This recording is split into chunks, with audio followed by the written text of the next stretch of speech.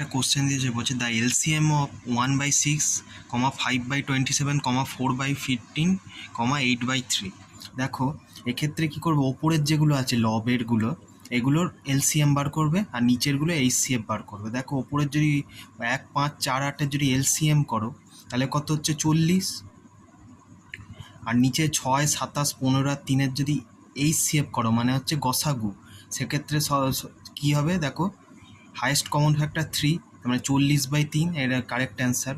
এবার এটার ক্ষেত্রে দেখো এইচসিএফ হবে কি ওপরগুলোর এইচসিএফ, মানে 1, 2, 3, 4-এর এইচসিএফ হচ্ছে 1, 2, 3, 4 আর 5-এর এর যদি এলসিএম বার করতে হয়, এলসিএম কী হবে 60 হবে, মানে 1/60 এর কারেক্ট অ্যান্সার।